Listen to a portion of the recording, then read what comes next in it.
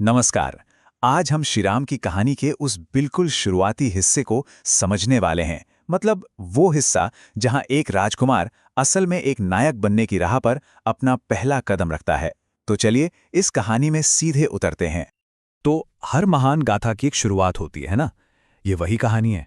ये उस समय की बात है जब श्री राम और उनके भाई बस बच्चे ही थे और किस्मत आप कह सकते हैं उनके भविष्य का ताना बाना बुन रही थी। तो हमारी कहानी की शुरुआत होती है अयोध्या के राजमहल से। यहीं पर महाराज दशरथ के घर 4 बेटों ने जन्म लिया था। तो देखिए, राजा दशरथ की 3 रानियां थीं। महारानी कौशल्या के पुत्र थे श्री राम, कैकई के थे भरत और सुमित्रा के 2 बेटे थे लक्ष्मण और शत्रुघ्न। और ये जो पारिवारिक ढांचा है ना, ये आगे की कहानी के लिए बहुत बहुत जरूरी है। इसे याद रखिएगा। और बात सिर्फ राजकुमार होने की नहीं थी। इन चारों भाइयों में ना बचपन से ही वो महान गुण दिखने लगे थे। शील मतलब एक अच्छा चरित्र, विनय यानी कि विनम्रता, पराक्रम जाहिर है वीरता, और करुणा मतलब दूसरों के लिए दया का भाव।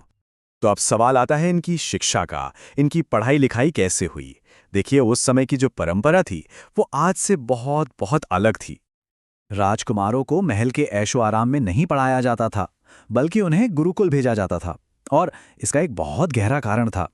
गुरुकुल सिर्फ किताबी ज्ञान की जगह नहीं थी, वो तो जीवन जीने की कला सिखाता था। सोचिए, एक भावी राजा को पहले एक आम इंसान की तरह जीना सिखाया जाता था, ताकि वो अपनी प्रजा का दुख दर्द वाकई में समझ सके। और ये बदलाव कितना बड़ा था, जरा इसका अंदाजा लगाइए। एक तरफ महल का राजसी वैभव और दूसरी तरफ गुरुकुल की समानता और सादगी। जहां महल में सब सेवा करते थे, वहीं गुरुकुल में खुद सेवा करनी पड़ती थी। असल में ये जो व्यवस्था थी ना, ये पहले राजकुमार के पद की पहचान को मिटाती थी, ताकि उसके चरित्र का निर्माण हो सके। कमाल की बात है। तो राजगुरु महर्षि वशिष्ठ के आश्रम में उनका जीवन कैसा था? बेहद अनुशासित। सुबह सूरज उगने से पहले उठना, फिर गुरु की सेवा करना, जैसे लकड़ी लाना, पानी भरना, और फिर वेद शास्त्रों का अध्ययन, धनुर्विद्या का अभ्यास, सब कुछ नियम से।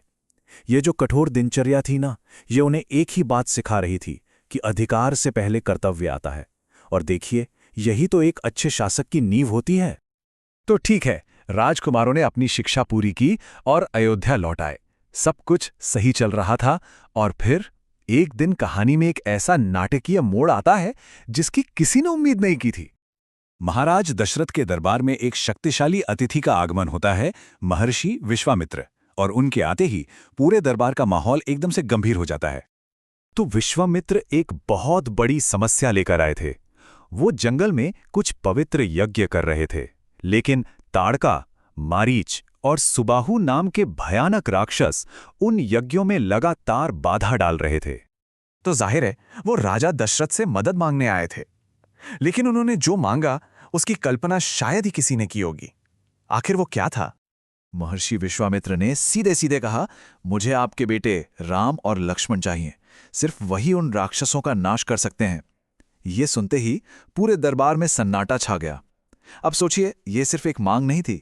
ये तो एक तरफ राजा के राजधर्म और दूसरी तरफ एक पिता के पुत्र मोह के बीच सीधी टक्कर थी। अब ये जो मांग थी, ये राजा दशरथ के लिए एक पिता के तौर पर शायद सबसे बड़ी परीक्षा थी। राजा दशरथ का दिल तो बैठ गया। एक पिता का डर बिल्कुल स्वाभाविक था। वो एकदम व्याकुल होकर बोले, राम राम तो अभी बच्चा है, वो उन भयानक राक्षसों का सामना कैसे करेगा? और बस तभी राजगुरु वशिष्ठ ने आगे बढ़कर स्थिति को संभाला।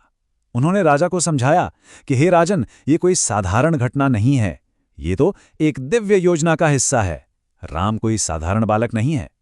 उन्होंने राजा को अपने व्यक्तिगत मोह से ऊपर उठकर एक राजा के तौर पर अपने धर्म को पहचानने की सलाह दी।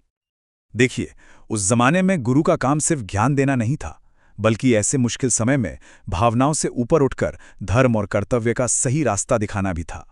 और गुरु वशिष्ठ के कहने पर राजा दशरथ ने बहुत भारी मन से अपनी सहमति दे दी।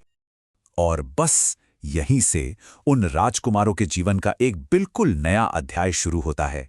एक ऐसा अध्याय जहां वो अपनी किस्मत की ओर अपना पहला कदम बढ़ाने वाले थे।